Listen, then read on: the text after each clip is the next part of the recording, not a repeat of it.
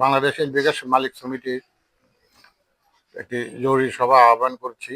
BBC কর্তৃক আমাদের পদ্মা, মেঘনা এবং যমুনা অয়েল কোম্পানির কর্তৃক আমাদের সর্বস্তরের ডিলারদের মাঝে তারা যে পত্র প্রেরণ করেছেন, সেই লক্ষ্যে আজকের এই সভা।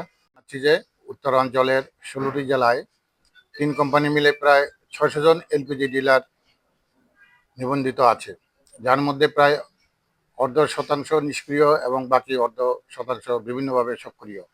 এলপি একটি দোকান পরিচালনা করার জন্য দোকান ভাড়া, একজন কর্মচারী, ট্রেড লাইসেন্স, বিস্ফোরক লাইসেন্স, আয়কর বাবদ যাবতীয় কাগজপত্র দিয়ে হালনাগাদ রাখার জন্য বাৎসরিক প্রায় ন্যূনতম 2 লক্ষ এবং গড়ে মাসে 20 থেকে 25 হাজার টাকার প্রয়োজন হয়। তারপর লভ্যাংশের চিন্তা ভাবনা করতে হয়। প্রতি মাসে 10টি হতে 40টি, কোনো কোনো সময় প্রায় 2 মাস থেকে 2.5 মাস 3 মাস পর্যন্ত বরাদ্দ পেয়ে থাকেন। সরকারি এলপি গ্যাসের খালি সিলিন্ডারের মূল্য 3430 টাকা নির্ধারণ করা হয়েছে, যা বেসরকারি পর্যায়ে 800 থেকে 1200 টাকার মধ্যে। অন্যদিকে এলপিজি সিলিন্ডার প্রতি ক্রয় মূল্য 784 টাকা এবং বিক্রয় মূল্য 825 টাকা নির্ধারণ করা হয়েছে, যা দিয়ে কোনোভাবেই কোম্পানি হতে সিলিন্ডার উত্তোলন করে ভোক্তার নিকট সঠিক মূল্যে গ্যাস বিক্রয় করা সম্ভব নয়। দোকান খরচ, বিবিধ খরচ মেটানো আর লাভ তো দূরের কথা।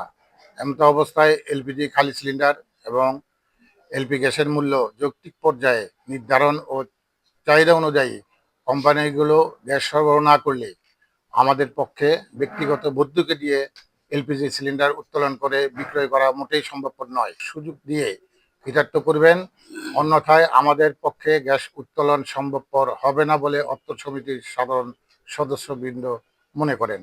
এমত অবস্থায় আপনাদের যথাযথ সহযোগিতা কামনা করছি, যাতে এই ব্যবসা টিকে রাখা যায়।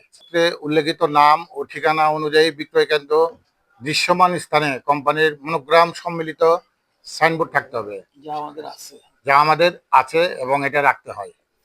প্রতি মাসে গ্যাস ভর্তি সিলিন্ডার উত্তোলনের পরিমাণ রেজিস্টারে লিপিবদ্ধ রাখতে হয়, এটা আমরা রাখি। দৈনিক গ্যাস ভর্তি সিলিন্ডার বিক্রয় ও মজুদের তথ্য ভোক্তার নাম, এনআইডি ও মোবাইল নাম্বার সহ রেজিস্টারে লিপিবদ্ধ রাখতে হবে। আমরা এটা রাখি, কিন্তু ভোক্তার নাম বা এনআইডি, মোবাইল নাম্বার, এই জিনিসগুলো তো আসলে রাখা সম্ভব না। কি জন্য? দেখা যাচ্ছে যে মালিক তো একটা সিলিন্ডার, যে ভোক্তা উনি তো নিজে আসেন না, দেখা যায় দোকানের একটা কর্মচারী, বাসার একটা কেয়ারটেকার, একটা রিস্কাল, একটা ব্যানালা, তারা এসে নিয়ে যায়। তাদের কাছে তো এনআইডি থাকে না, মোবাইল নাম্বারও থাকে না। সেই ক্ষেত্রে আমাদের জন্য একটু সমস্যার এখানে সৃষ্টি করে। বিস্ফোরক লাইসেন্সের মেয়াদ হালনাগাদ থাকতে হয়, এটি সবার জন্য প্রযোজ্য। নিরাপত্তার স্বার্থে বিক্রয় কেন্দ্রে আবশ্যিকভাবে ফায়ার এক্সটিংগুইশার হ্যাজার্ড রাখতে হয়, এটা সবাই রাখে।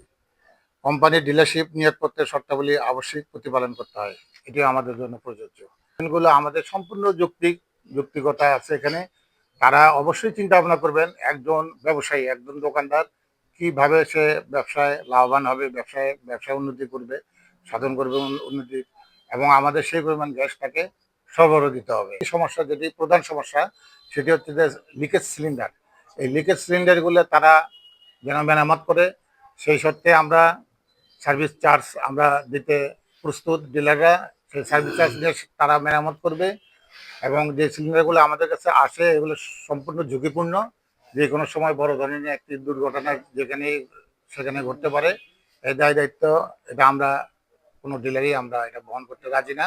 এই গ্যাসগুলো অটোমেটিকলি নজলগুলো খারাপ, গ্যাস আনতে আনতেই প্রায় সিংহভাগ গ্যাস শেষ হয়ে যায়। হ্যাঁ, এই জিনিসগুলো আমরা কর্তৃপক্ষের নজরে আনতে চাই।